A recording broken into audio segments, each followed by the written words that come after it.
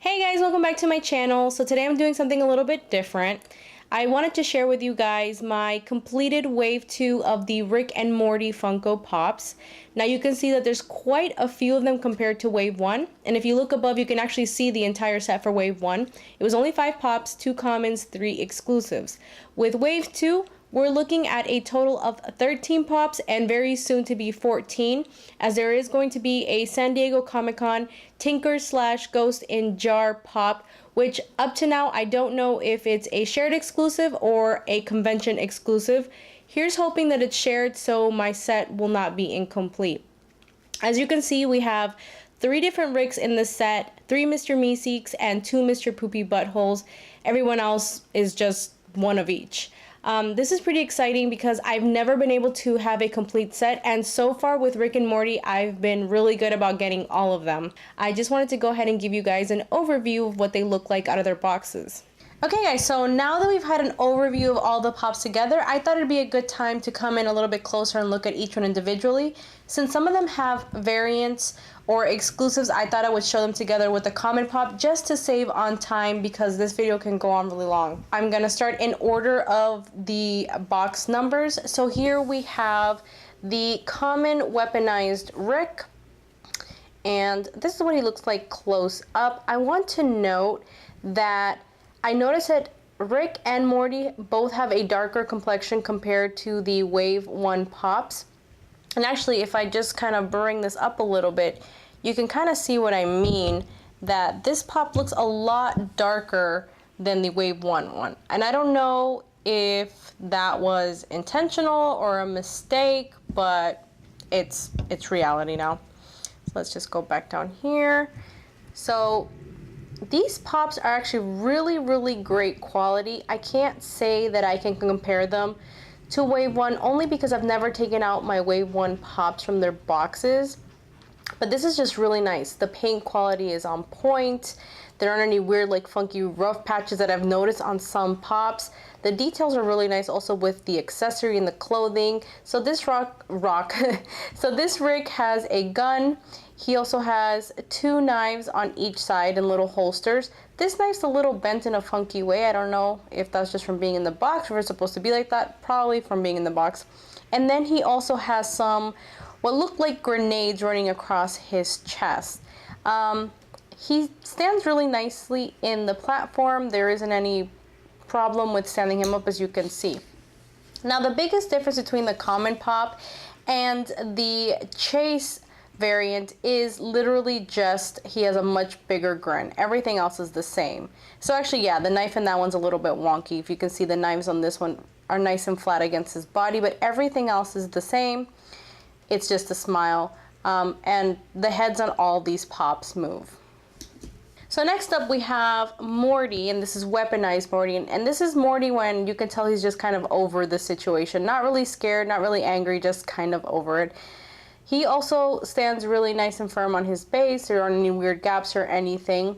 Quality again on point, no funky paint lines like you see in some other pops.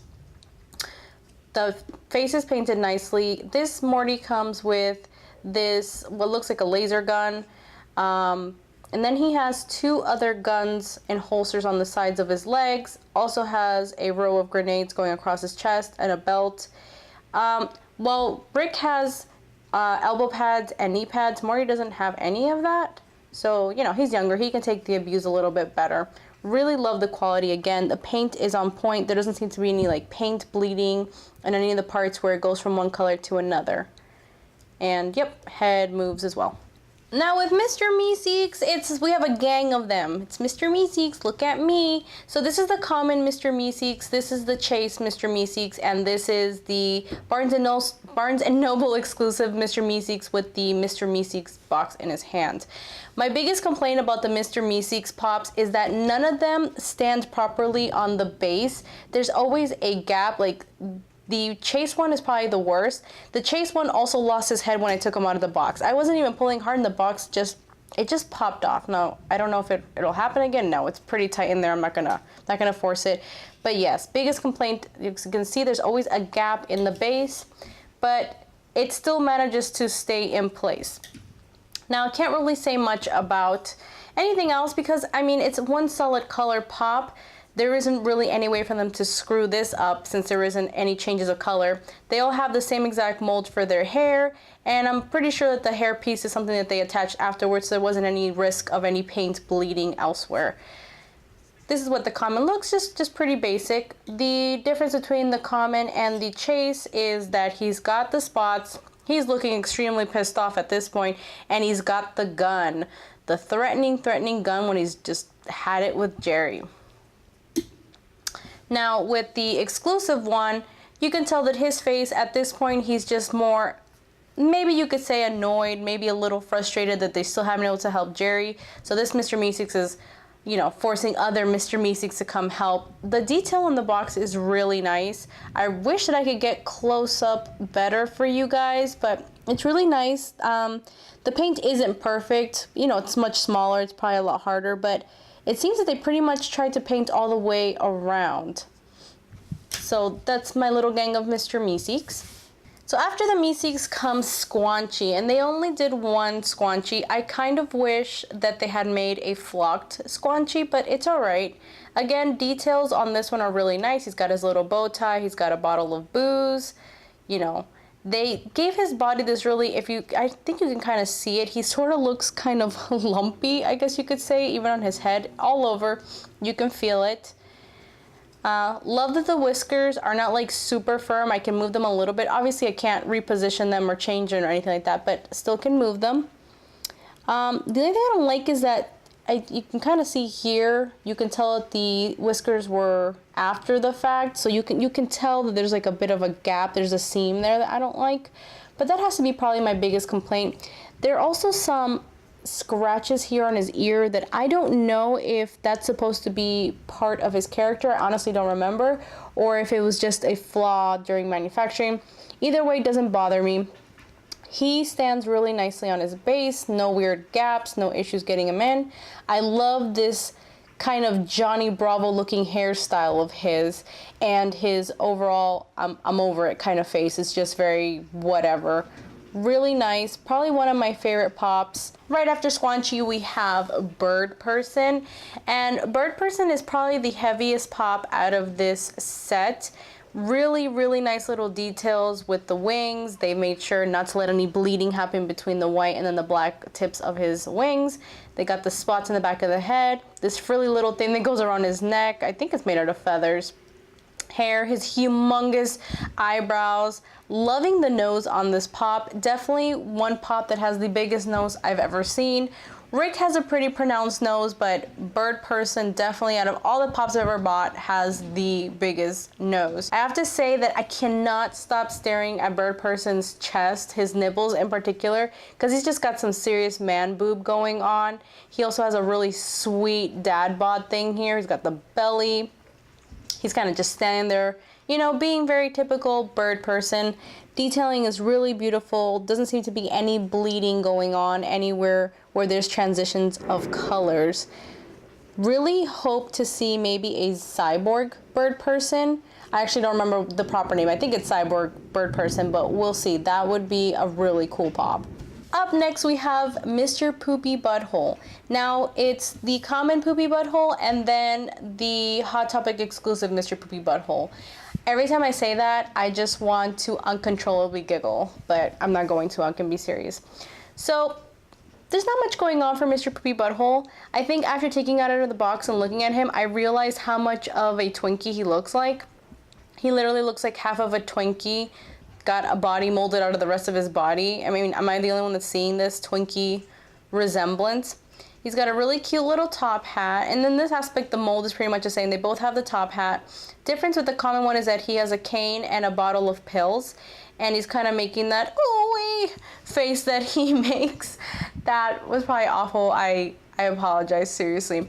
He stands really nice and firm on his base. No issues with him wiggling around or falling. I definitely recommend out of all of these pops to put Mr. Poopy Butthole on his base because he will fall over. With the Hot Topic exclusive, which is a different numbering, the numbering for this one is already going into the 200s, which leads me to believe there's going to be more for Wave 2. We'll see in the future. Again, he stands really firm on the base. In this one, it's after he's been shot by Beth when she thinks that he is a parasite when he in fact isn't. Aside from that, the mold is pretty similar. Again, there's a head with the top hat. The difference is mostly going on here in his body. Not much to say. The detailing is really good. There isn't really much bleeding. Probably the most messed up part is this little ring on the top hat where some of the paint is coming off. But aside from that, really top-notch job. So the last pop in the base set of 7 is Snowball. And I have to say that the most disappointing thing is that they didn't make him flocked, because it would have been really nice for him to have like a soft texture. But I have to tell you guys, I absolutely love his headgear with the visor. It's made out of what I assume is a clear acrylic. It also looks like acrylic up here. It's just really nice little detail. The great thing about Snowball is that because he's sitting on all fours, he doesn't need a base. He does sit nice and firm on the table without, you know, any risk of him falling over. The weird thing though is that his head is very, very loose. Like I can, you know, 360 it without any problems. But I'm probably not gonna be doing much of that. As long as it doesn't fall off, I don't really care. He's got really cute little detailing. He's got a little dog collar with a little dog tag. He's got that where are my testicles summer face right now.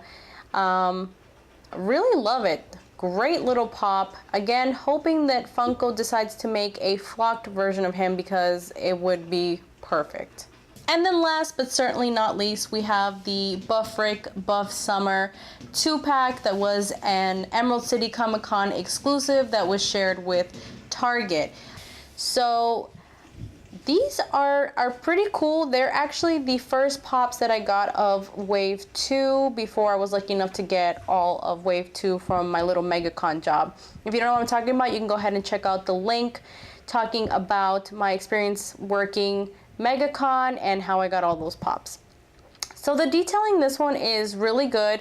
The head looks like it might be the same mold as the weaponized Rick. Again, the only difference is the expression on his face. He just has a little smile, no drool coming out, none of that. The body, on the other hand, of course, is a completely different mold. This is a really, really buff Rick. He's got the six-pack, the pecs, the buff arms, the tiny legs. That Rick and Summer totally have what I like to call an inverted triangle body, where the top is really heavy and the legs are kind of chicken legs. But nevertheless, really cool. Oh no, I dropped him. That was my fault. He fell off the base. Shouldn't be too, there we go. Not too hard to get him back on there. Oh, his head turned too. Really loving this pop. And then pretty much the same for Summer. Now for Summer, we have nothing else to compare it to because this is the first Summer pop they've made. Interesting that they would go with the buff Summer, but she's got the six packs again, the arms, strong chest, the skinnier legs. Hoping to see a regular Summer real soon. She also stands nice on her base. She's a little bit more wobbly than other pops, but pretty stable more or less. Head also moves. And that is the 2-pack of Rick and Morty.